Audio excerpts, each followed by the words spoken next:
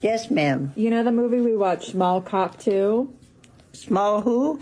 Mall Cop. Mall cop? Mall Cop. Mall cop. Yeah. 2. Yeah, the second movie we watched. Now there's a third. No, there's not a third. There's a website that reviews movies. Oh. Do you know what Mall Cop 2 got out of 100? Oh, probably 99 or 100. I'm sure he got 100 or something, yeah. No. What did you get? I got 6. What? Got 6? 6 out of 100. What? Oh, come on. It was much better than that. It was hilarious. Who's doing it? Who's voting? The audience. Oh.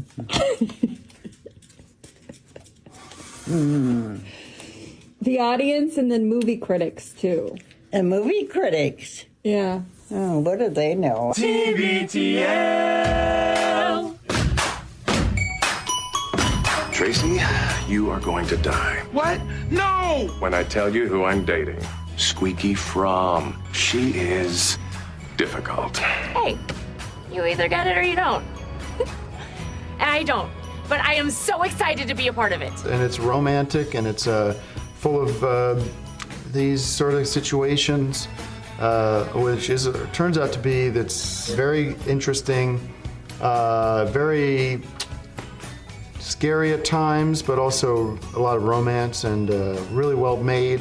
So I recommend Good it. soundtrack. Good soundtrack. This is the craziest f***ing interview I've ever done in my life. That's why they call me multidimensional. Well, all right. Hello, good morning, and welcome everyone to a Wednesday edition of TBTL, the show that just might be too beautiful to live. Explaining how a show works means the show's already in trouble. My name is Luke Burbank. I am your host. This song goes out to all the coffee lovers of the world.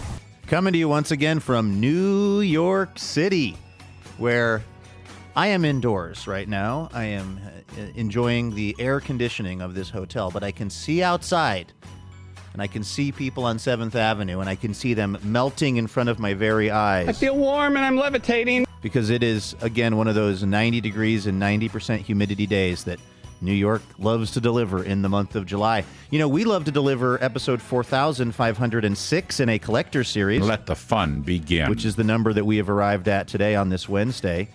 I went up to the Boogie Down Bronx yesterday and saw the Seattle Mariners take on the New York Yankees. What a fun, sexy time for you.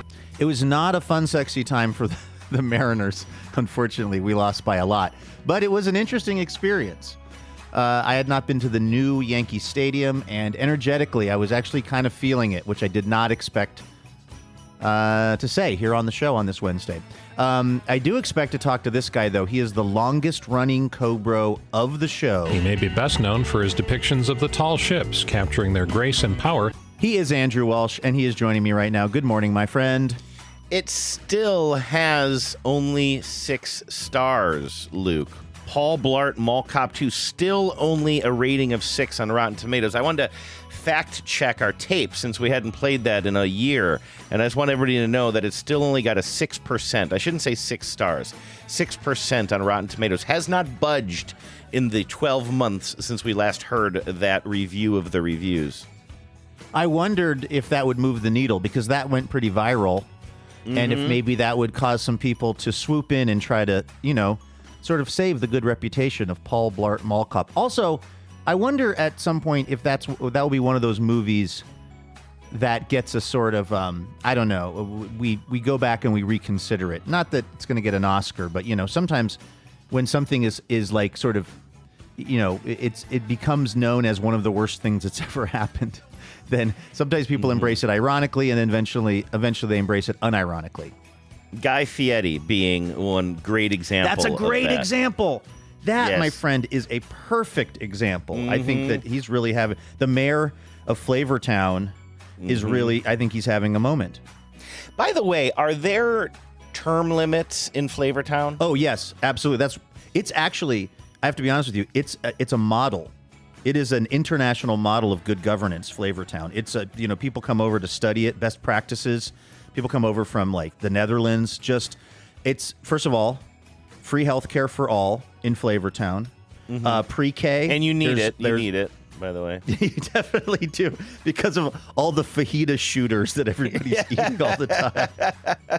Not only is there free healthcare, when you walk into any restaurant, there are defibrillators at the door, one for every customer. In fact, yes. But my point sometimes is, like, they will put you on an IV drip of Buffalo Ranch sauce, and that is not helpful.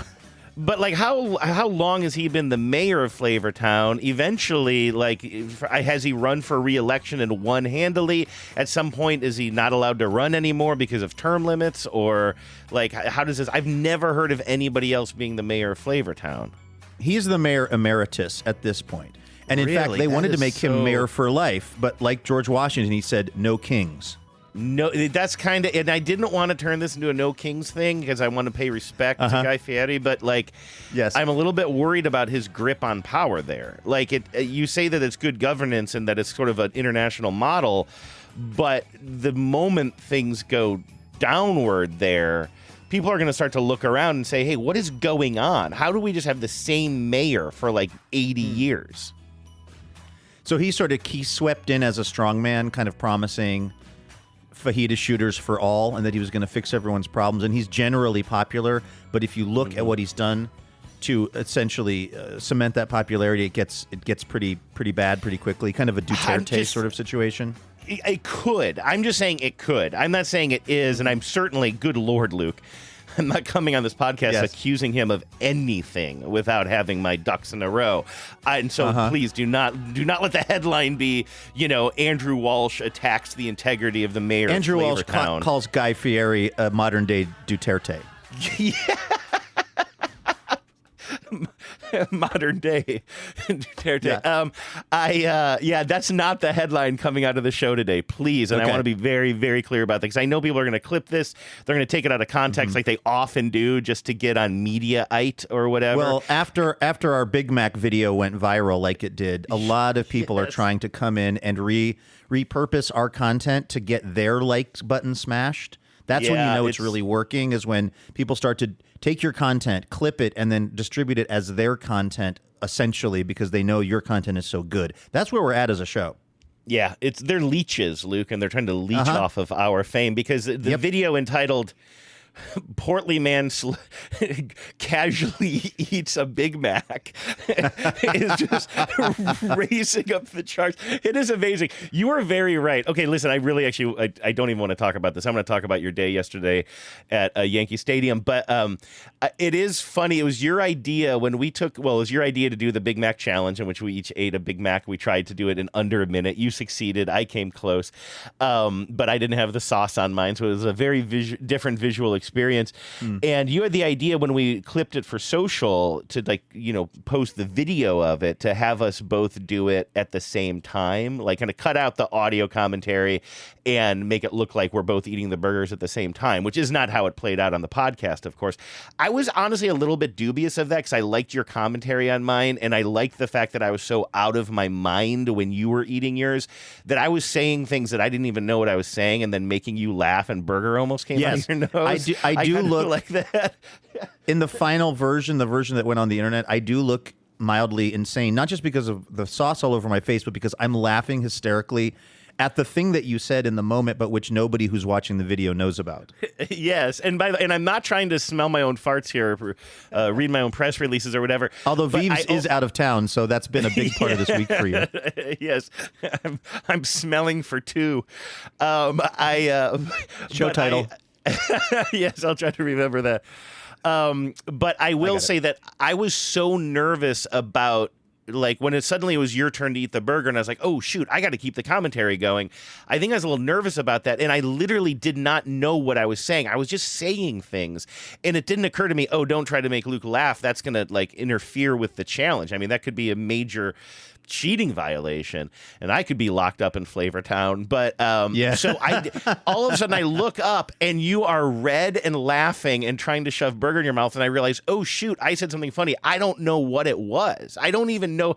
And then I went back and listened, and it was such a rude. I was just like, look at this man. He's become the monster he doesn't want to be. Yes. Or something. The word along those monster made me laugh so hard. That was just like, I wasn't even thinking about what I was saying, but what a terrible thing to say while you're shoving a burger in your No, it mouth. was All of great. that is to say, It was when we great. stripped away the commentary and we end up with this video of us both eating at the same time with a music soundtrack. Shout out to John, of course, employee numero uno, for putting that together and putting it on Instagram. It is so funny to see you just smashing that burger with sauce all over your face, and me just calmly taking bites of a burger that barely has any sauce on it. I really just look like Kermit the Frog sipping tea compared to you. You do. You look so dignified. You, like, I'll be honest, it's like it might be the most dignified you've ever looked. Like, you're just you. And the Kermit is another perfect analogy, because you just look like you're. And that's the thing. We've sort of talked about this a whole bunch of different ways, and I've kind of said the same thing. But like, I only beat you by, let's say, 2 to 3 seconds. Like, you had the entire Big Mac. You were chewing on the last bits of it. You just didn't quite swallow in time. But I will tell you, like, it was not worth it for me to do it 3 seconds faster to look as completely like monstrous as I did. And you're just like.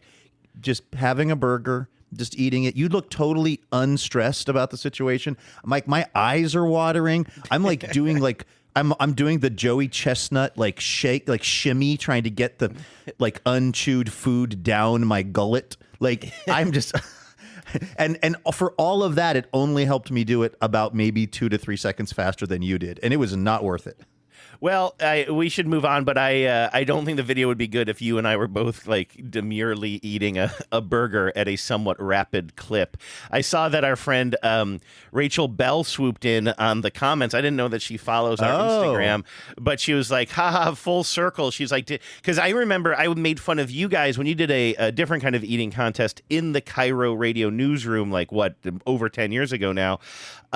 You and Rachel and I think Sean and some other Sean folks was in on it, yeah. And it was like, how many burgers could you eat, right? Dick's Burgers. Yeah, and Dick's I think it was like, Cheeseburgers. and so I think I made the comment out, like you were going, as usual, you went crazy on it and you were like drinking whiskey and trying to eat as many burgers as possible. But I remember saying to Rachel, like, the rest of you just sort of looked like you were kind of casually eating food at a somewhat quick clip or something like that. And she commented underneath, like, those words are coming back to haunt you, basically, because that's basically what I look like. Well, yeah, I mean, that fellow looks like he skipped breakfast, but that's about it. I can't believe that anybody was friends with me when I was in my let me have whiskey during everything phase, because I don't know if I thought I was being badass. I don't know if I was running for treasurer of Taste City, and I thought that would help me with my branding. But like, what a nerd! Like, I'm gonna smash these burgers and I'm gonna do a shot of whiskey. Like, I'm so mortified. It's not even about the drinking. It's just the like. What did I think that was badassery? I don't even know. But I will tell you, I did eat more cheeseburgers than anybody else, which was like, I think it was like 7 or something. It wasn't even that many. But was it even that many? I didn't even know it was that much, honestly. I thought it was far fewer. You know what? I could be misremembering. It might. I think I was shocked. Yeah. I was shocked at. It seemed like you said. This is what I tend to do in those situations. And again, it gets back to the whiskey. I've told you the story, and I've told this story on the show many times. I was part of this, I think it was like the Eugene Merman Comedy Festival or something came to Seattle. But there was also like an Ira Glass component of it, which I don't remember how that all happened. There was sort of like a This American, I think there was like a This American Life contingent. Am I totally misremembering this? I remember being on stage at the Crocodile, and I was part of this competition. It was like some kind of a truth or dare game on stage. And somehow it had been, because again, my brand at the time was getting drunk all the time. There was a drinking contest, basically. And this was set up sort of for me. And again, I don't know why it is that I feel like I have this memory of Ira Glass being there, because that's a strange fit for this whole thing. But I just remember it being the case that a bunch of whiskey was brought out, like a bunch of little shot glasses, and it was me against, I forget, whoever on stage. These were not full-size shot glasses, like if you were at a bar and you ordered a shot, but they were still a few of these would put most people down pretty quickly. And I just remember being on stage and just taking shot after shot after shot after shot till they just called it. Like they just went like, okay, stop. Like, and I just remember the moment where it was like less funny and more kind of horrifying. I feel like I have this tendency in these contests. Like, I don't know if it's because I want to win badly or because I want to impress everyone. But then there's a point in which it's not really impressive. It's just kind of like unsettling. I think I need to re-examine my behavior in these. I mean, thankfully the Big Mac thing was mostly for fun and I wasn't shooting whiskey in between every bite. But like, I do have a pretty checkered past with competitive eating and drinking in public. You know what? I think I figured out what was going on with you way back in March of 2012 with Eugene Merman. Yeah. You want me to go through this? So when I typed in, and I don't have any actual memory of this myself. I don't know if I knew about it or even knew you at this point. But you had Eugene Merman on the show on March 28th, and here is the show description. I'm going to summarize this. In fact, I'm not going to read the whole thing, but. It says that Eugene is in town for the Eugene Merman Comedy Festival, which happens this weekend at the Crocodile. But what also was happening, it says, so you're interviewing him, but you're also interviewing Elna Baker. Now, Elna, we know from This American Life, so I'm wondering if that's where you were getting maybe the Ira Glassiness of all of this. She's in town staging a talent show. So it sounds like it was almost two different events. She was hosting a talent show, which also featured Eugene Merman. So in other words, Merman's in town for his comedy festival. Elna's throwing a talent show. He's a part of that. Kristen Schaal is a part of that. Todd Barry is a part of that, and you're a part of that. Does that make sense?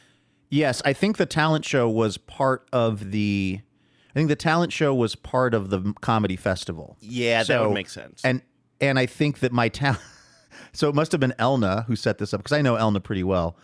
And I think my talent was terrifying people with the amount of whiskey that I was drinking on stage. Yes. Then I remember afterwards, it was so fun because there was a party bus. And I remember being, now of course, quite into my cups, many of which I had consumed on stage. I remember like being on this party bus and looking around, and it's like Kristen Schaal, who I love, and Elna and Eugene Merman, and I think a few other like comedy luminaries who were part of this, and just being like, how did this all happen? This is pretty cool. Yeah, it says Todd Barry. I don't know if you recall that or not. Yes, the very funny Todd Barry, the very droll Todd Barry. Yeah. But anyway, yeah, so all that is to say, our Big Mac video has now gone certifiably viral, by which I mean it has a few more likes than our normal videos. And I think people are trying to grift off of us. They're trying to draft behind our fame and fortune. Hey, can I just sort of inelegantly insert one quick thing into the conversation, which is we actually started doing the show, and I was about, 30 seconds into my spiel, and I had to stop things because I said to you, Andrew, the phone is ringing in the background in this hotel room. And I got nervous for a moment because I'm doing one of those things where I've booked this hotel, I thought, for an extra day, essentially, so that I could be here recording TBTL with you, even though later on I'm going to be going and getting on a plane to go to Manhattan, Kansas. And so I had this moment of panic thinking, did I do the reservation wrong, and are they trying to kick me out of the hotel room, which would have been a whole situation.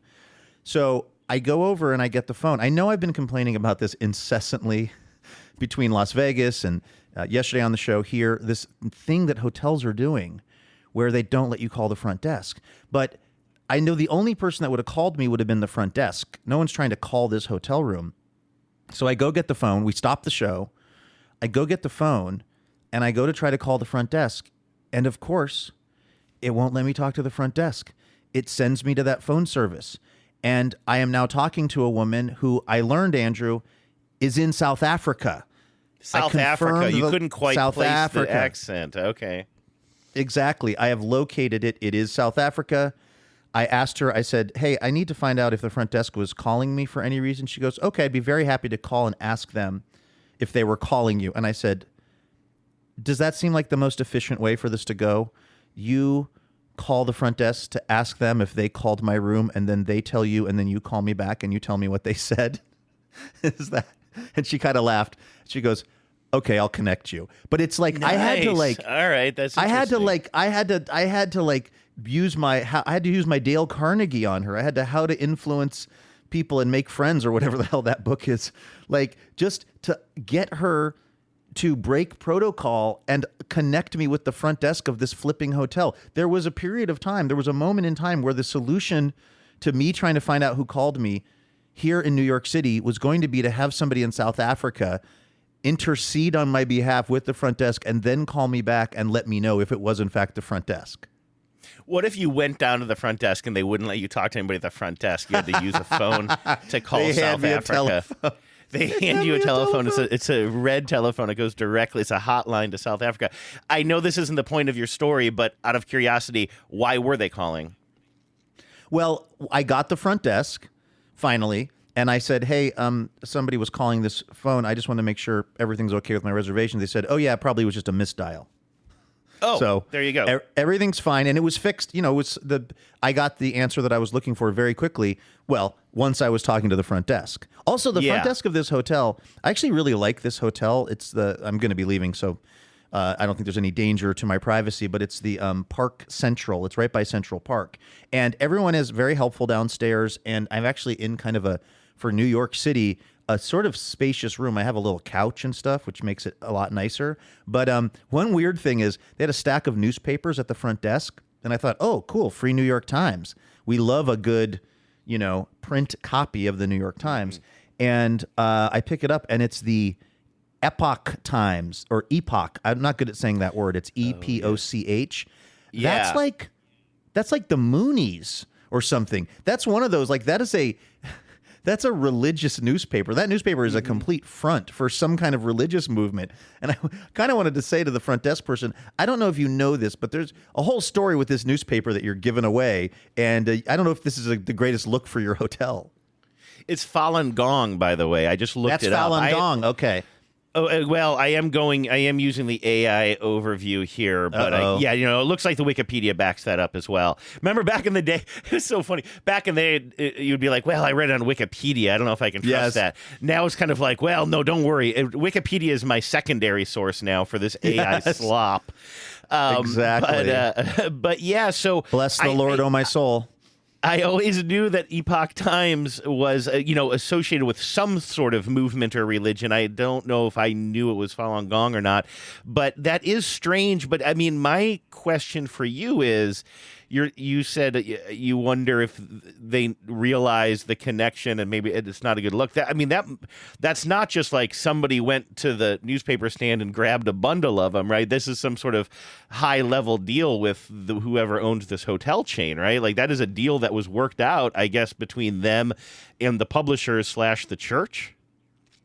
Or it could have been less formalized than that. It could just be, maybe this is one of the things that the Falun Gong people are doing now, the Epoch Times people, is they just go around and they offer free newspapers. And it looks legit, by the way. If you're not reading, if you don't know the backstory and you're not reading, it just looks like a USA Today or actually more like a New York Times. Maybe they're just saying like, hey, we provide this newspaper for free if you want to give it away as a service to your guests. And nobody at the hotel level is read in on the whole, Falun Gong. And by the way, Falun Gong is the people that do Shen Yun, the dance thing too. Mm-hmm.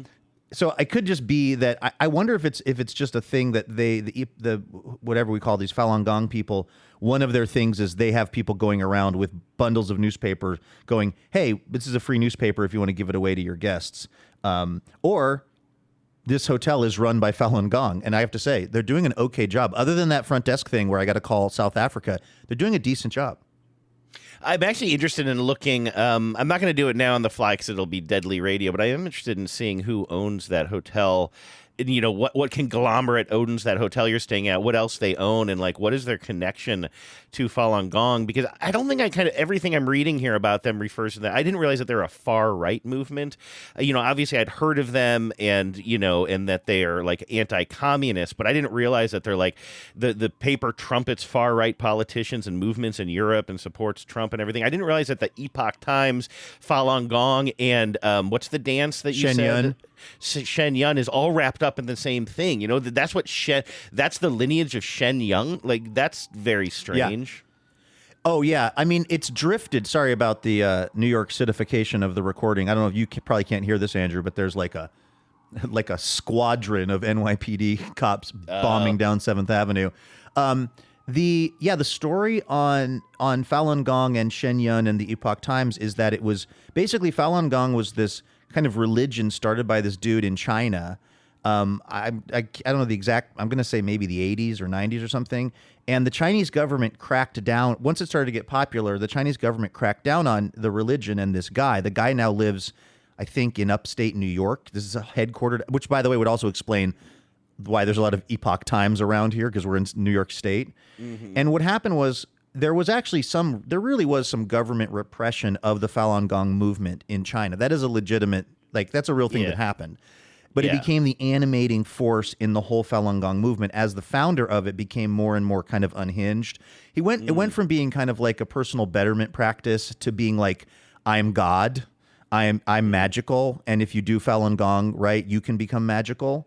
So it's a little bit complicated. And then the whole deal with Shen Yun is it's this massive moneymaker for Falun Gong. And the reason it's a huge moneymaker is because none of the dancers are paid. And because when it comes to a town near you, Falun Gong practitioners are responsible to basically put the show on and cover all of the expenses. And if it makes money, that money goes back to Falun Gong. And if it's not selling tickets, let's say you're a Shen Yun board member in Seattle, Andrew, and Shen Yun is coming to Seattle, you might be responsible to sell 500 tickets. And if you can't get 500 of your friends to buy the tickets, you might just have to buy 500 tickets and just eat it. And so, and sometimes if the show makes money, then the people are paid back, but sometimes they're not paid back. So it's all tax free because this is a religion. So you basically have this crazy kind of money-making operation that is Shen Yun going around and generating millions and millions of dollars that's going back into the coffers of Falun Gong, which is then printing up Epoch Times, which is then dropping them off at the front desk of my hotel. Yes. And do you know, by the way, what I think of when I think of Shen Yun, like my own personal journey with it? Because like here we are again talking about Falun Gong and my ignorance on this matter. And do you remember you mentioned Shen Yun like kind of casually or maybe as a joke or a punchline or something on TBTL about all the posters all over the place? Yeah. I remember which apartment I was in. This is probably like 5 years ago or so. And I was like, I don't know what Shen Yun is. I don't know what you're talking about. And you're like, just like look out your window. Like just look at any passing bus. Look at any telephone pole. You know, like there's going to be an ad for this dance troupe. I'm like, I have no idea what you're talking about. I leave my house that day like a cartoon character in a comic strip, and all of a sudden, all I see everywhere, just on anything that was physical that could hold physical media was advertising this dance troupe to me. And and I'm going into like a lot of like kind of little cafes, like a Thai restaurants or teriyaki places. They all have them. Like it's the first thing you see when you walk in the door, and the last thing you see when you leave. And their little lobby will be these signs. I'm like, how did I just walked around? It really makes me not trust my senses. Like what else is all around me all the time that I'm not seeing? Well, a lot of stuff for Jehovah's Witnesses. Do you ever notice those folks that are standing like in the airport as you're leaving the airport, and they've got like a little display, and it's usually two of them? Yes, those folks outside the light rail stations too have those folks around. I didn't know that they were J-dubs, but yes, I always want to spread a message of good news to those folks, which is my understanding of the like dogma of the Jehovah's Witnesses is that, well, initially, the thing was you had to do a certain number of hours of proselytizing to get into heaven. I think was kind of like the what do you call it? the system that they followed. And then I read somewhere not that long ago that was actually changed, that they decided, maybe because they were having a hard time getting people to do it, they decided that it was kind of like up to you. It was like your personal discretion as a Jehovah's Witness, how much you witnessed. Like you didn't have to put in your 10,000 hours. You didn't have to Gladwell it. And every time I see someone just standing out in the rain or the cold or the whatever, I want to go up and go, have you heard the good news that you don't have to do this? Yeah. It's okay to be a C student. Yes. Let me spread my gospel of hope to you, which is, why don't you call it good enough? Why don't you say you gave this your best shot and you're going to still go to your version of heaven? I think you've done enough, my friend, being out. You know, Prince famously was a Jehovah's Witness and would go around proselytizing in Minnesota and would just like show up knocking on someone's door. Can you imagine opening the door and it's just Prince there to tell you about, like, you know, just sitting in your living room. Now, I wonder if you're allowed to, if it's like a Billy Bob Thornton situation when he was being interviewed, like I wonder if you're allowed to ask Prince questions about being Prince when he's on his J-Dub duties, or if you just have to talk about Jehovah's Witness stuff.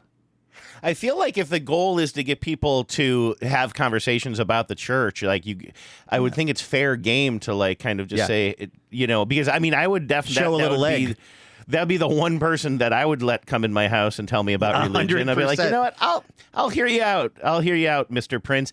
By the way, this is, I don't know if it's interesting or not. It seems relatable or related to what we're talking about.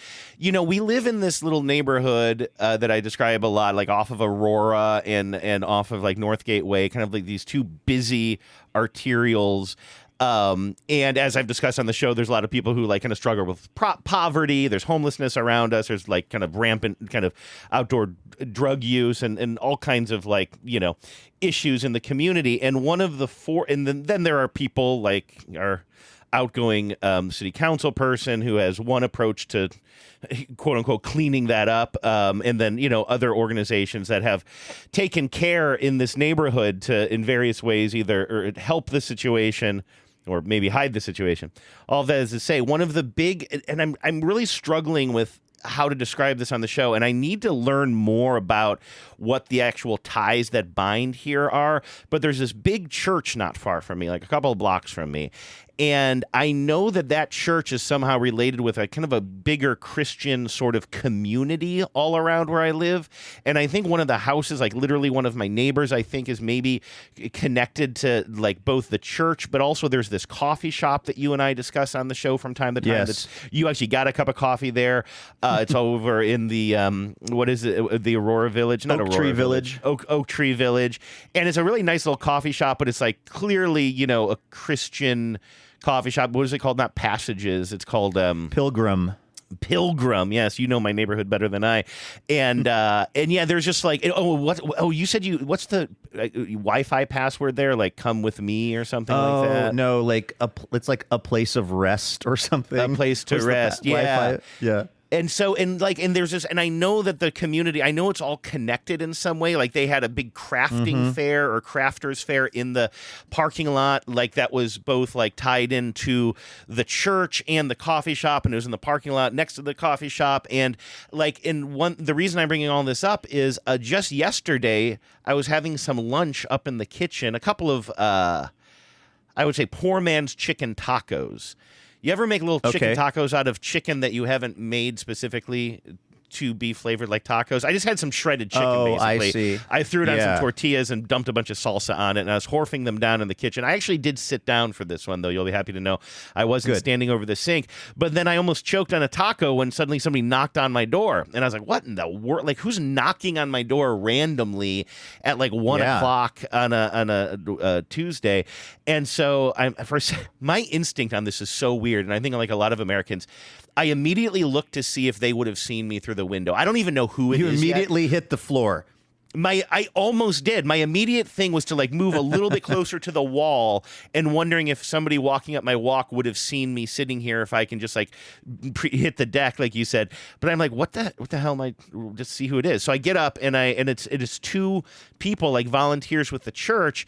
And this has happened a few times before, and they're dropping off a little goodie bag. Now, they did this one time around the holidays, and it was like just kind of candies and holiday greetings in there.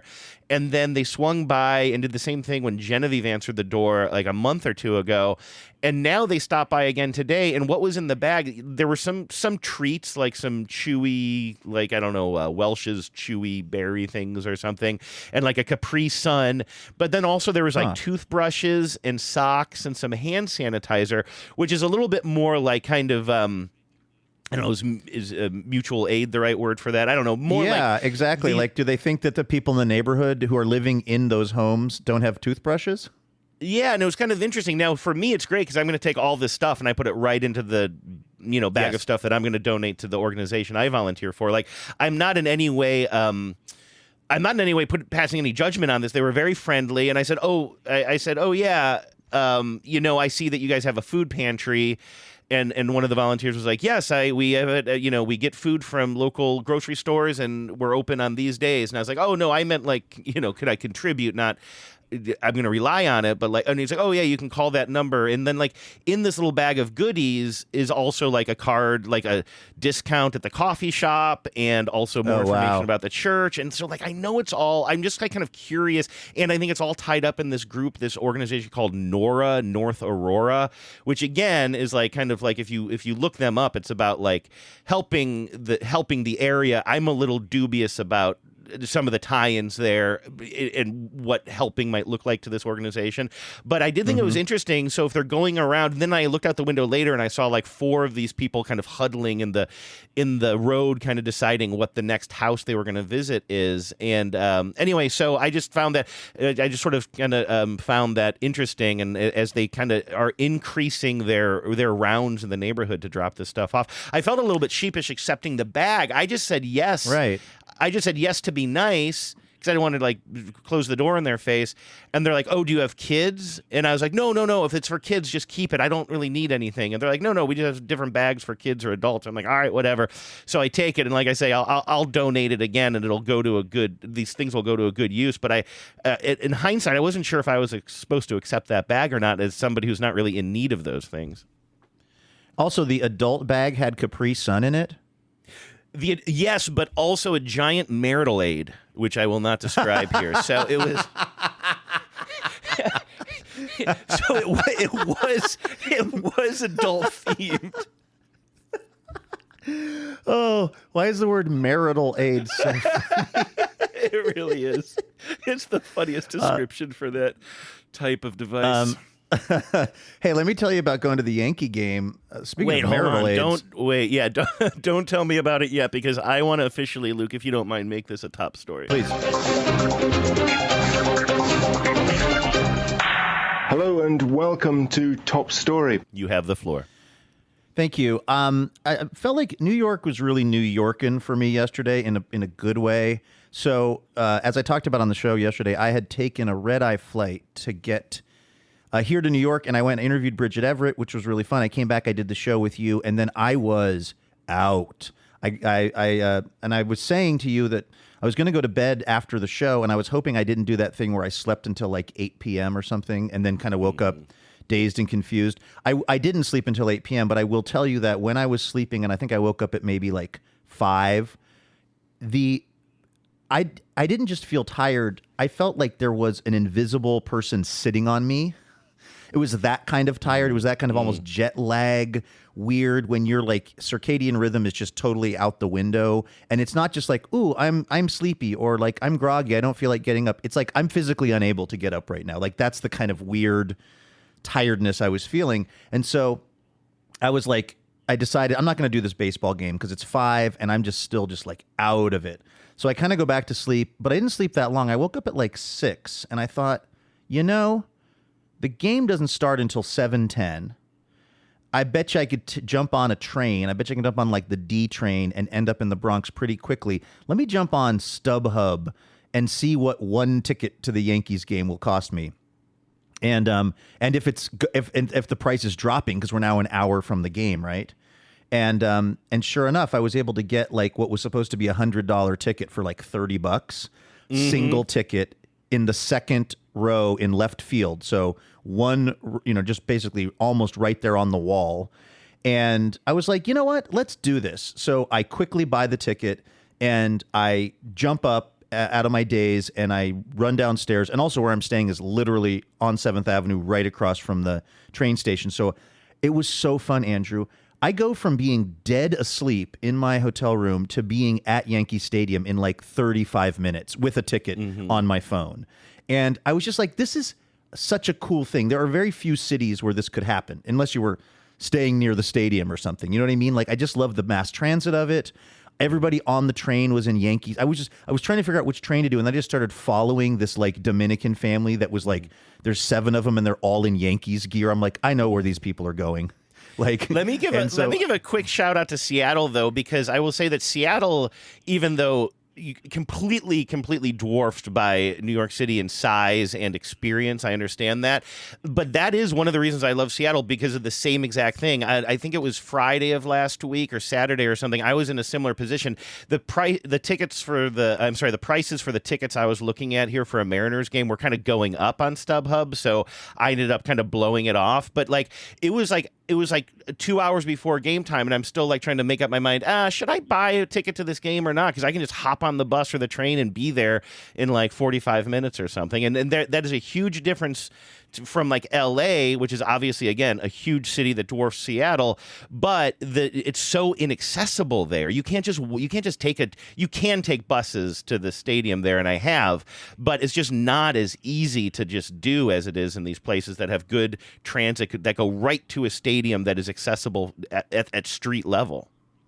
Absolutely. Yeah. And you're right. That is a great thing about Seattle. That post dates me. They didn't really have that when I was living there, so I don't think about it that way. But you're right. It's like, that is such a cool feature of a city. And I was just again, something about being on the train and I'm listening to the Mariners pregame on my headphones as I'm surrounded by Yankees fans. And I'm like, you guys don't even know how many home runs Randy Arozarena is going to hit on your asses tonight. That would be 0, Andrew. It turned out to be 0 home runs from Randy Arozarena. But so I get to the stadium, and again, I've got my ticket on my phone. And the first that I noticed something might be slightly amiss, not with my ticket, but with the weather, was when I got off the subway and looked up, and the sky was black. And it was, as I said at the beginning of today's show, it was one of those days. It was probably 87 degrees and 87% humidity. The air was essentially water and lightning waiting to happen.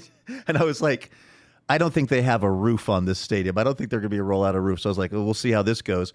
So I get into the park and I'm walking down. And you know how it is when if you haven't been to a particular stadium before, I feel like it's a little intimidating trying to figure out your seat. I don't know why that would be intimidating. It's just, it's right there on the ticket. But first of all, part of it is, which row am I going to go down? Which aisle am I going to go down so the fewest number of people have to get up to let me into my seat? You know what I mean? Like, because you'll have a seat that's in the middle of a row, and like, it's just like, you just don't want to come from the wrong side of that so that like 30 people have to get up when you could only make 4 people get up. So I kind of I go down the wrong row, and then I go back up, and then I realize, no, that was the right row. And I'm going all the way down, and I'm getting closer and closer to, and also I'm just bad with this kind of stuff. For some reason, I don't know why, like seating charts and arrangements are difficult for my brain to calculate. I usually will just ask, like, if there's a person who's working that aisle, I'll just show them my ticket and go, where do I go? There didn't happen to be a person working this area. So I go down and I get to row 2, and I'm in seat 7, row 2. And I look, and it's just, the entire row is packed with like 20-something Yankees fans. And I'm like, I think my seat's in there, but I really don't want to be like, hey, buddy, you're in my seat. And then I'm in the wrong section somehow, because that would be totally possible. That would be super duper possible. But I look, and I'm looking at my phone, and I'm looking all the way in at seat 7, and I'm just looking, and I make eye contact with this kid, and I'm looking at my phone, and he's kind of looking at me, and I'm looking at my phone, and then it's like a poker game, and he just goes, ah, shit. And he just stands up and he leaves this one seat. He was totally poaching my seat. along with all his buddies, and I just was the one person who actually came to collect on my seat. But like, I could have seen another world in which I just kind of like went and sat in a different empty seat because I did not want to like show, and I wasn't wearing Mariners gear, but I wasn't wearing Yankees gear either. I just was like, what a start to this day for me. I have to basically evict somebody from my seat. And again, thank God he copped to it, because if he didn't cop to it, I don't know what I would have done actually. Out of curiosity, you said that it was him, but he wasn't just a lone squatter. He was there with a bunch of people that were all squatting in these seats. So by you taking over your one seat, did they all end up having to move, or did they just scooch over and stay there?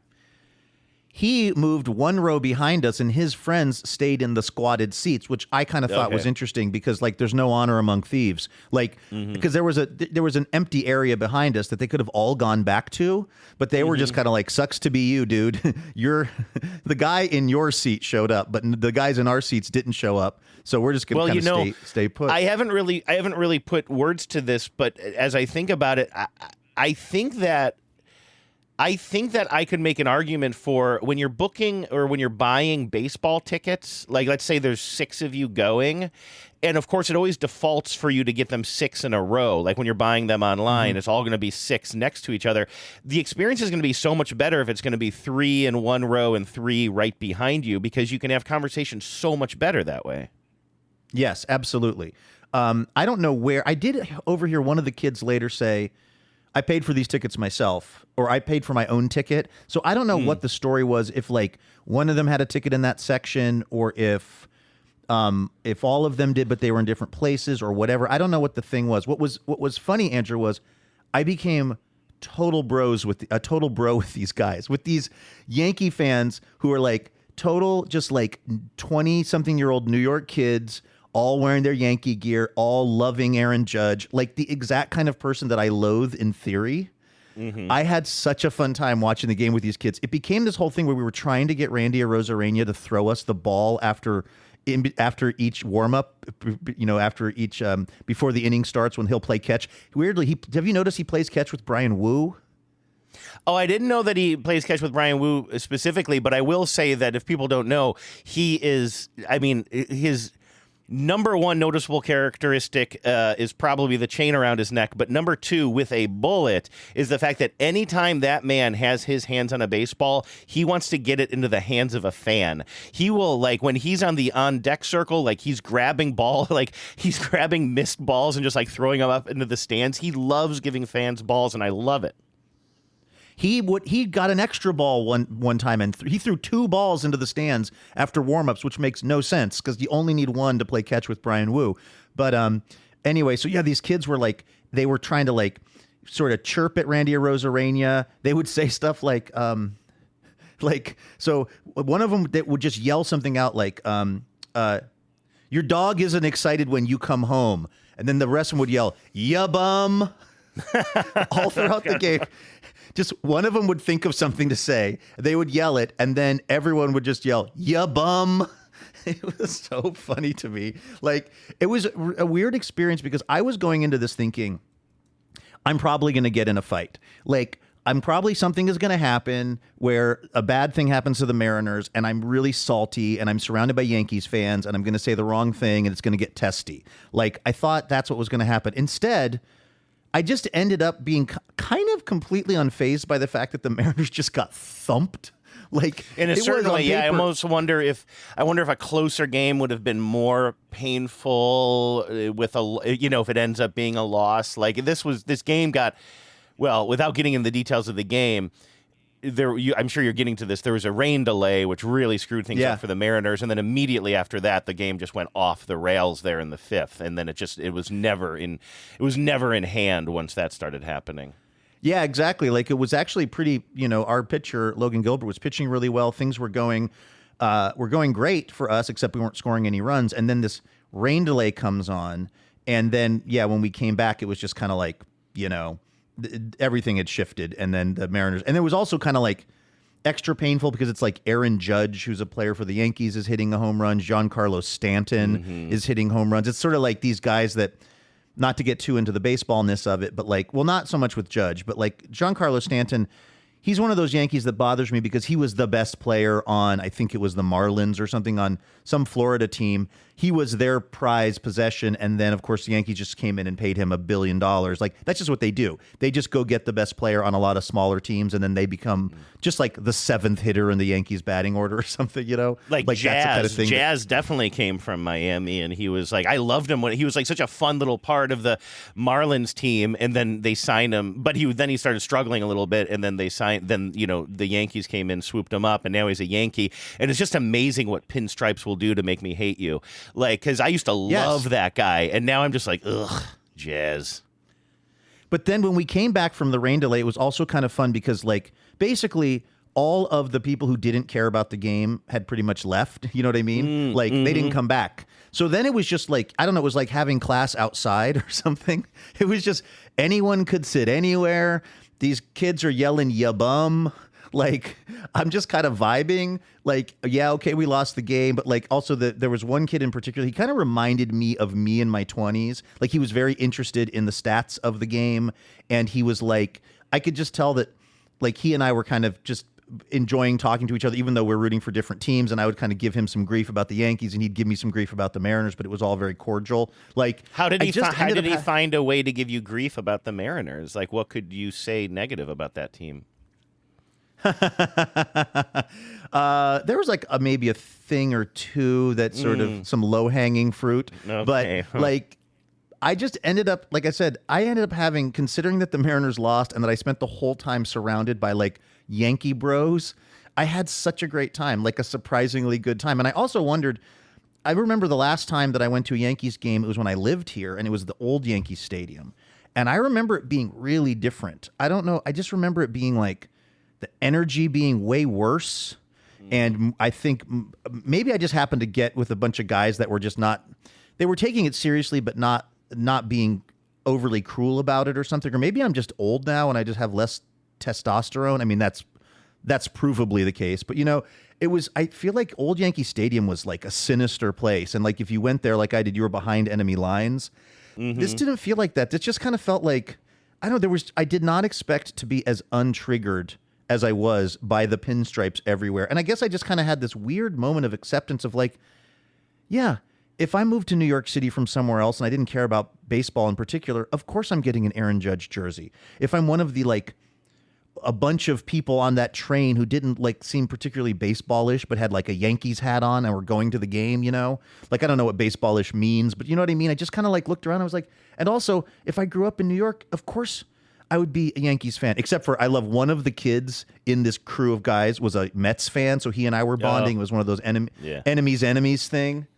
So we were like just having a great time, me and that kid, just like roasting his Yankee buddies. But yeah, it was very cathartic for me. It just somehow, it depersonalized this whole baseball thing for me in a weird way. Like, I just was like, these are just people that are rooting for their team. They are not, this does not make them Donald Trump supporters. And I know that that's not an allegation anyone's making, but somehow in my mind, it's like I connect everything that I don't like and I kind of put it all together in a one combination of things that make me feel bad. And then I ascribe a lot of like personal motive to the people that are making me feel like, if you like Aaron Judge, also, first of all, anytime he did something, they would play the Law and Order dun dun, which I have to say is actually pretty smart.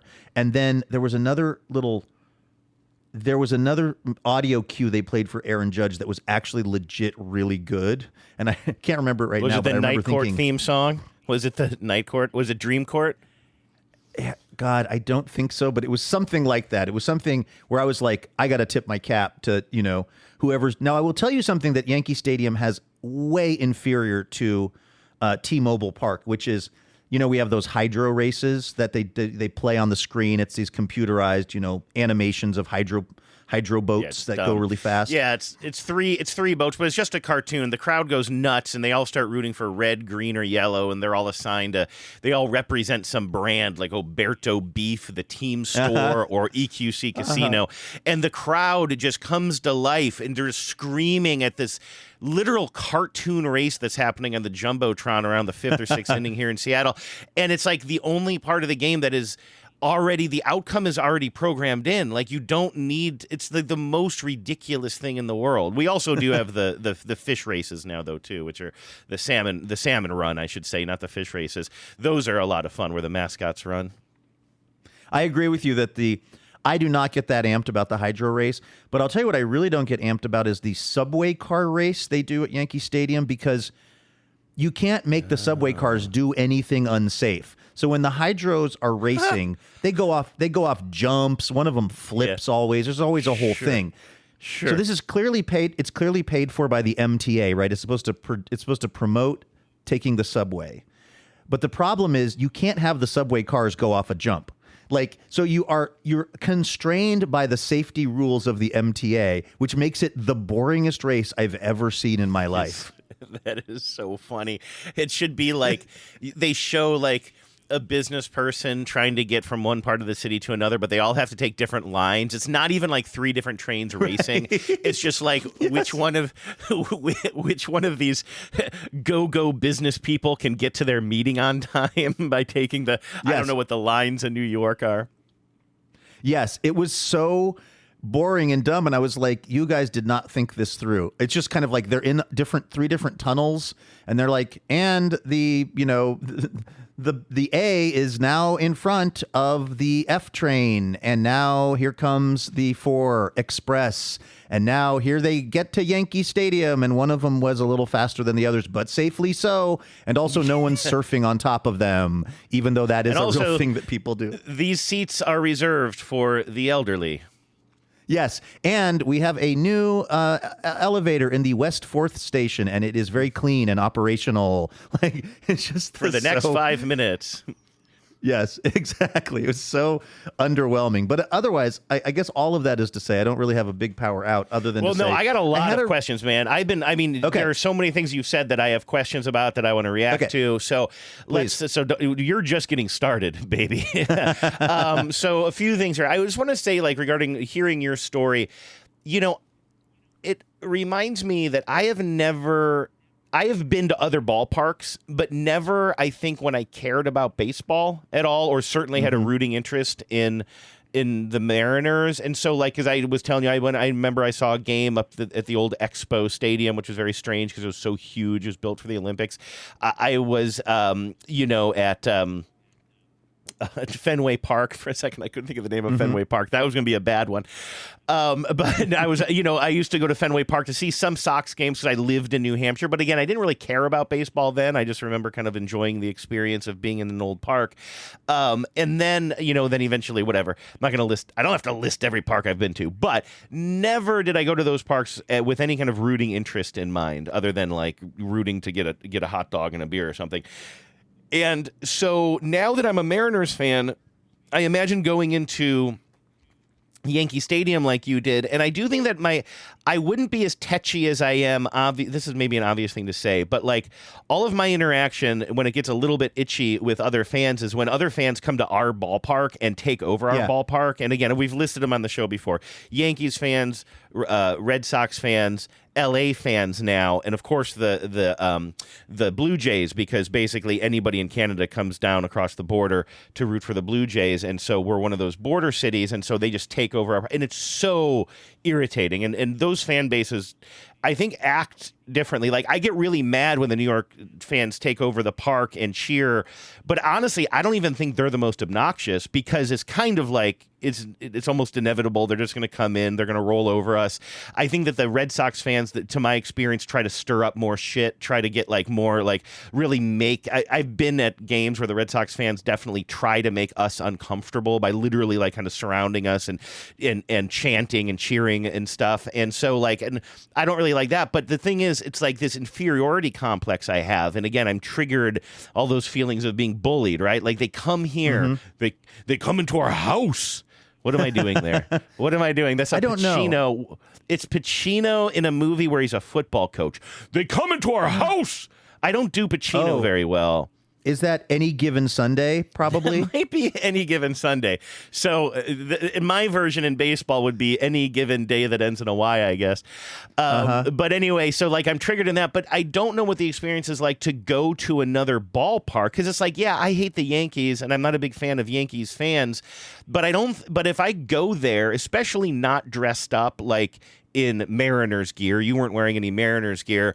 Certainly not wearing like Red Sox gear. I think your experience would have been a little bit different if you were wearing something that was outwardly Mariner-y. Not that it would have been totally negative, but I think your experience, I think you would have felt more eyes on you differently at the very least. And I think if you were a Red Sox fan wearing Red Sox gear, you would be made to feel very uncomfortable. I think it helps that Yankees fans do not see Seattle as a rivalry team. Yeah. Like, because I was telling, I told those kids, they were like, I was like, I'm a Seattle fan. And it was like I was an unfrozen caveman lawyer or something. It was like I'd come down I was a hermit who had been living in the mountains for the last 50 years and I had wandered down into town. It was more of an oddity to them. It was like, is that even a thing? As like, are you literally a Sasquatch from the Northwest? Yes.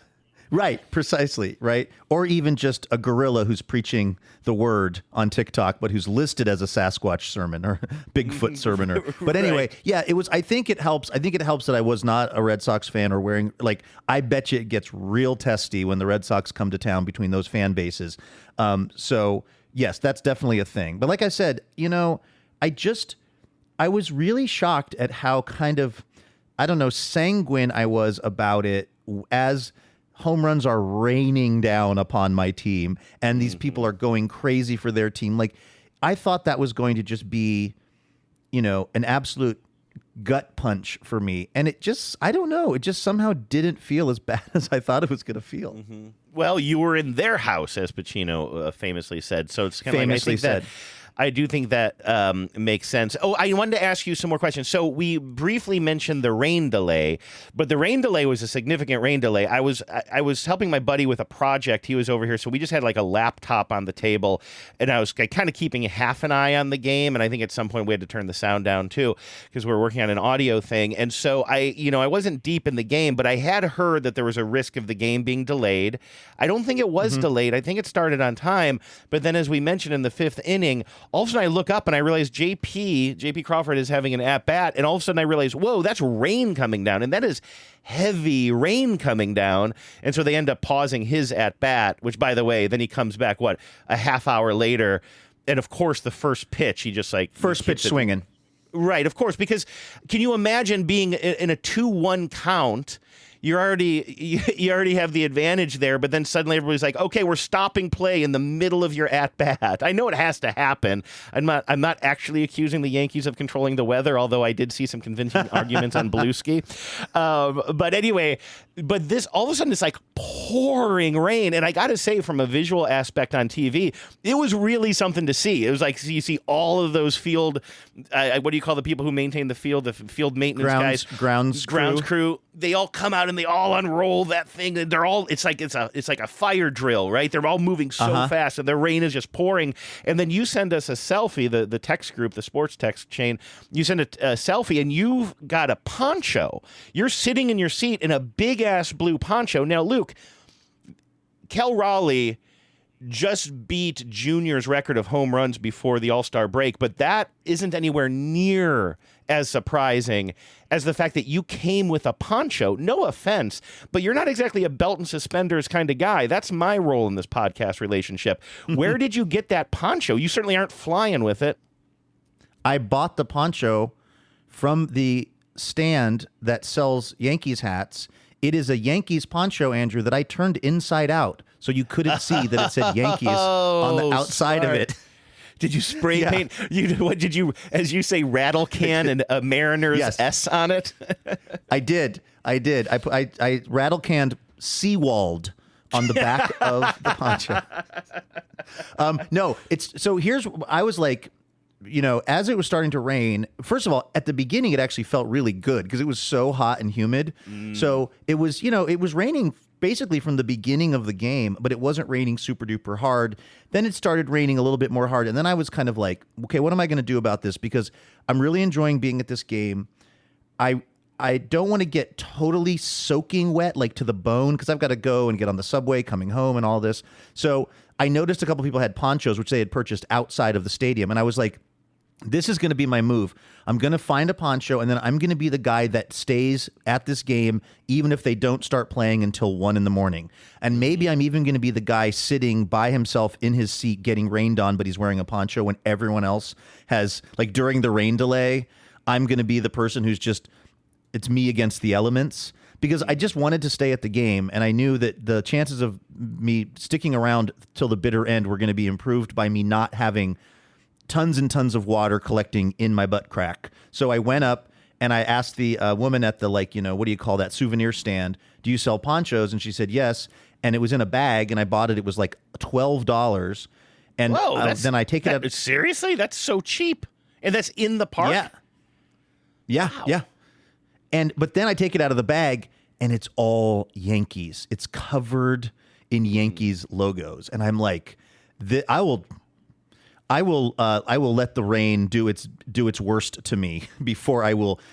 Listen, I know I was having a nice time at the stadium, but there is a line that I will not cross, and that involves wearing something that is outwardly Yankees at a Yankee game. At that point, I have absolutely lost my way as a man, as a father, as a podcaster, and as a Mariner fan.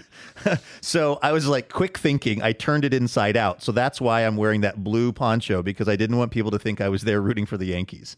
Yes, that's very smart. So you did get it. You did get it there. It wasn't.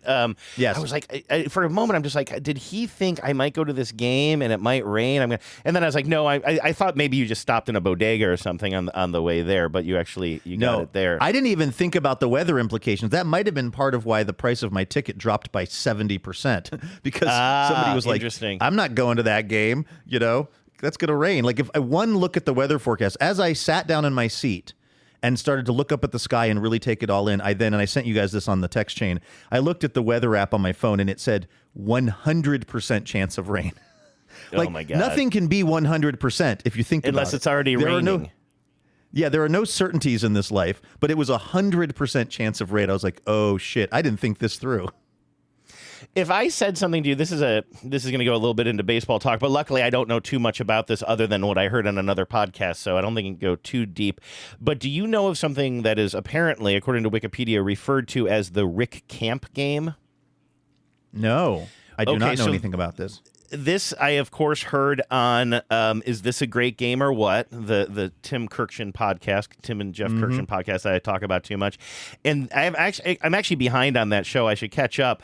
But they were interviewing somebody named Ron Darling. And I will say, I don't usually, if I'm listening to sports content, I'm least interested in interviews. I like to hear the banter of the hosts or whatever, talk about whatever their sports theories are or whatever. I always think interviews are usually awkward, but not on this show. They just because Tim Kirkshin's been in that world for so long and everybody loves him that they just get the best guests who just come on and just kick it. And the interviews are so personal and fun and funny. It was really great. So you had Ron Darling on, who I don't think I'd ever even heard of Ron Darling before, but he played for the Mets. Apparently, though, all of this, and I didn't know that it was specifically called the Rick Camp game. I don't know why it's called that yet, but this was a game that was played on July 4th, 1985, between the Mets and the Braves. And I don't remember what they said. I think the Braves that's not a great year for the Braves, I think, the mid 80s or whatever. But they end up playing this game that started, I believe, with a rain delay of a few hours, then had an interruption for a rain delay in the middle of it, and I think it ended up being the longest game. It also went 19 innings, and so it was a 4th of July game that ended, I think, at like maybe 3 a.m.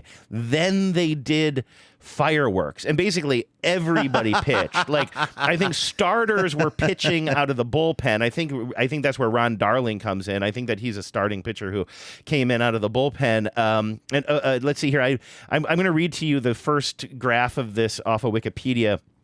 In July 4th, 85, Mets beat Atlanta Braves 16-13 in a 19-inning MLB contest that featured Keith Hernandez hitting for the cycle, Mets manager Davey Johnson being ejected, and the Braves coming back to tie the game twice in extra innings, most notably in the bottom of the 18th. So if you look at the box score here, it's not that outrageous of a score until you start getting into the extra innings. I'm trying. You to mean the figure fact out, that the Mets had 28 hits?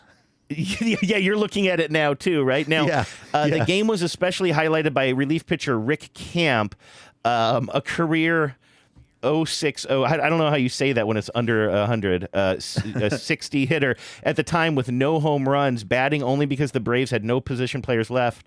Shockingly hitting a solo home run in the top of the 18th off of Tom Gorman to retie the game at 11-11. And so this game where a million things happened over the course of hours and hours and hours and inning after inning after inning is known as the Rick Camp game because he hit this home run.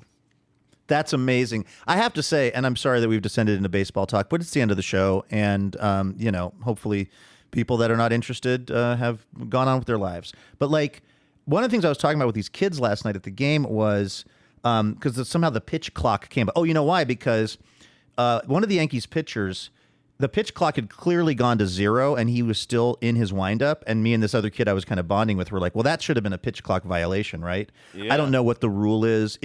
If you have to have the ball out of your hand by the time it's 0, or if you can be in your windup, I don't know what the thing is. But we started talking about speeding the games up. And I was like, I actually kind of like it when the game takes a long time. Like, I'm not one of those people who wants the game to be shorter. I'm good with a 4-hour game. And in fact, being a little kid, I used to love those 18-inning, 20-inning games because, I don't know, they just got so weird. They just, again, you just had like guys like Rick Camp hitting home runs, and you had just like weird shit going on that was just, aberrant and not normal. And I just remember being a kid and watching, like, as these games would go on and on, the announcers would become loopy because it's now 1 a.m. Everyone's just losing their minds. There's like one diehard fan who's still in the stands, and the announcers become obsessed with him because, like, well, I guess that guy's not going to work tomorrow. Just like, I just love that shit. Yeah. There was one game, the only kind of, there was the Mariners playoff game against the Astros that went like 18 innings, I believe. So that was absolutely bananas, especially because everything was on the line for Seattle. I don't remember how that game ended up playing out. I imagine the Mariners won. It's hard to say. But I do remember being in Cleveland about, I don't know, like 7 years ago or something. And I'm not even a Guardians fan. They weren't the Guardians at the time, I guess. But I'm not a huge Cleveland fan, but I was just like interested in baseball. I remember going out with my sister, going to some like kind of little dive bar that she likes to go to, and the game's kind of on. And so I'm kind of dialed in on that. I'm kind of meeting her friends, but I'm also sort of like keeping an eye on this game. And I think they're playing Boston, and then it goes into the extra innings. And it was a weird experience for me because I'm in the Eastern time zone, and I've been on the West Coast for so long that I kind of forget like that the East Coast people kind of complain like a West Coast game starts at 10 p.m. their time, and that's like, for me, it's like, 7-10 game. I don't even think twice about it. But it was weird to be on the East Coast watching this game it wasn't a West Coast team. I'm pretty sure it was Cleveland versus Boston, but it was one of these things.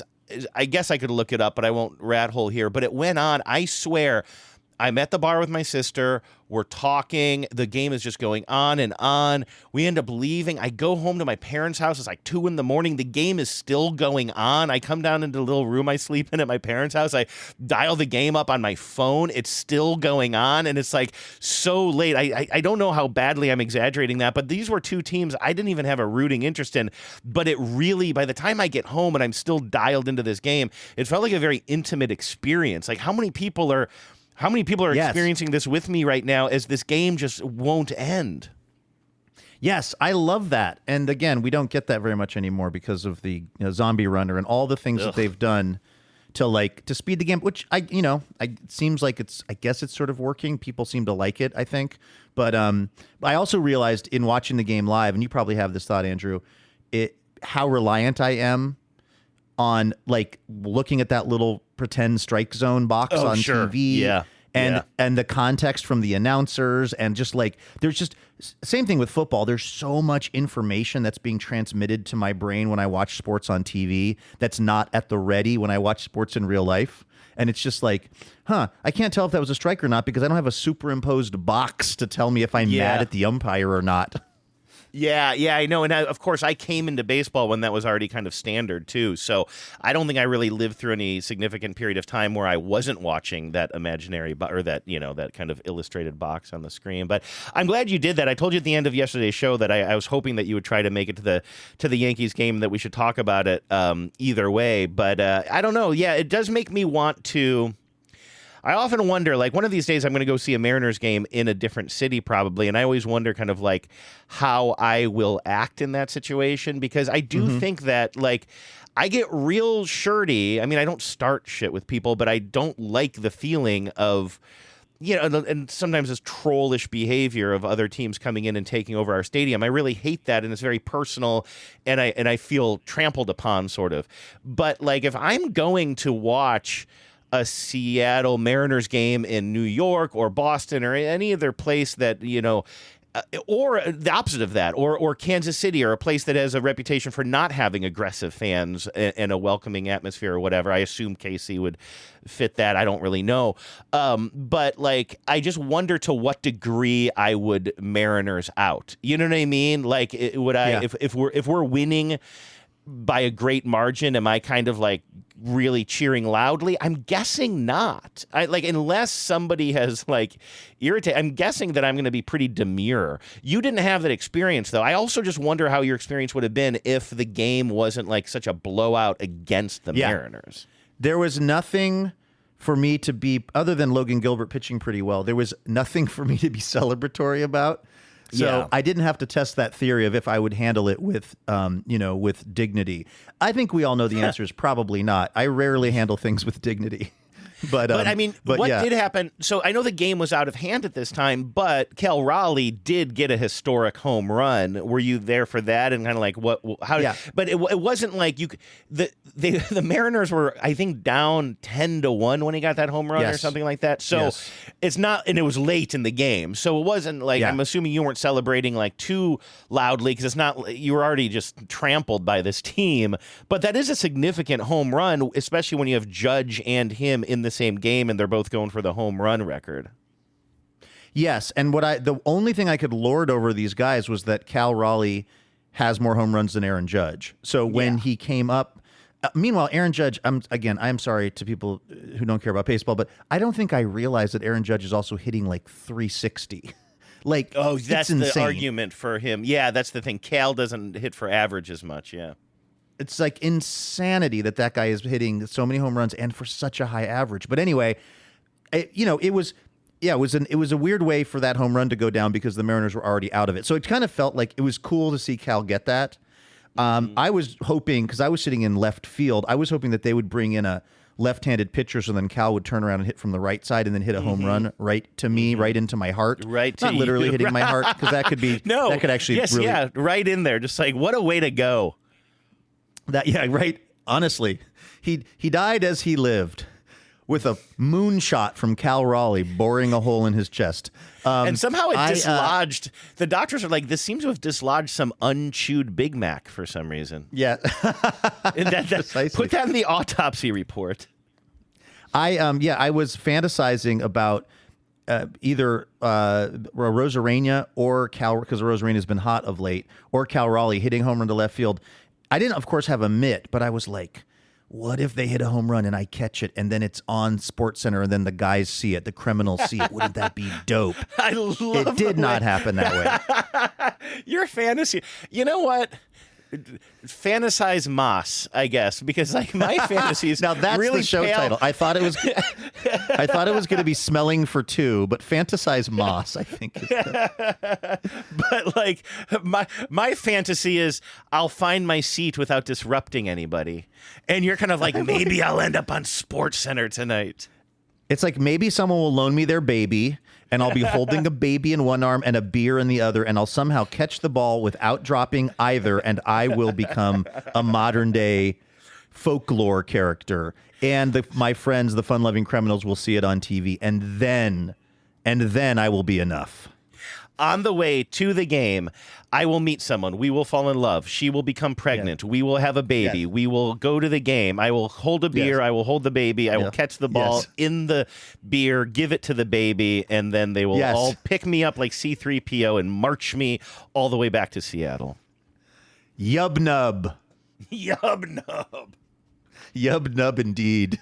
All right, that seems like a pretty good power out to me. What do you think? It does seem like a pretty good power out. I do want to. I was going to do it now because we already got deep into baseball talk, but I guess we're going kind of long here. At some point, we got to share with everybody listener Larry's and our pal Larry's email that was very baseball related. He wanted to let us know. I think we've said this on the show now that the Philadelphia had two teams at the same time, which is why. Yes. Whatever. Just to clarify why the Phillies became the Athletics, but also the Phillies are still the Phillies.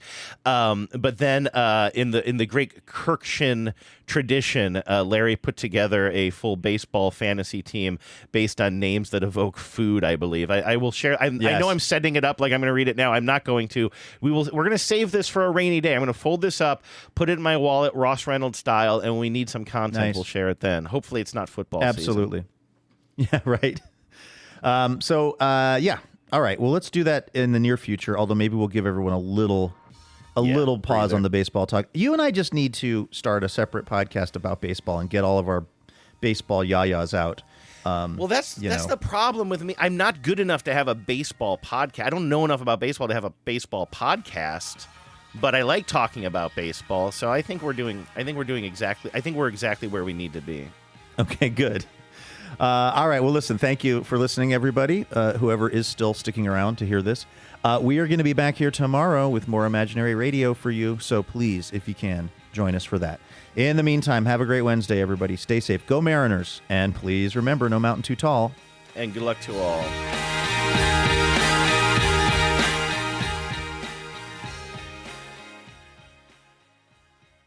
Come on, listen up.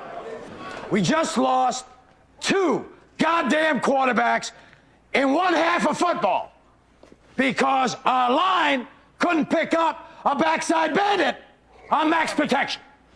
All week long, we work on the calls over again. You are not focused. McKenna, what are you doing? You got to keep your head on a swivel, man. You got to slide out there, pick up that robber. Roll up those outside linebackers. Beeman. Know your sight adjustments. Understand? Sanderson and Fox will break off their routes, but you got to be there. You got to deliver it. 2 goddamn turnovers in one half. Okay. Defense. This is what we got to do here. I don't know. You got to do something. You got to do something out there. You got to make it happen. I don't know what you're doing. You got to stop flying around the ball. Do something. Tackle somebody. Don't let these guys chew up the goddamn clock on us. Look, when we put 8 in the box, you got to jam those receivers. I don't care. You can make mistakes. Make them big. I don't give a I'm not going to eat your lunch for that. All right. Here we got PJ Mack, Beastman, Horny Shark. 1-2 yards less each time. They're going to be looking at 2nd and 8 instead of 2nd and 6. We're only down by 3. We can win this mother.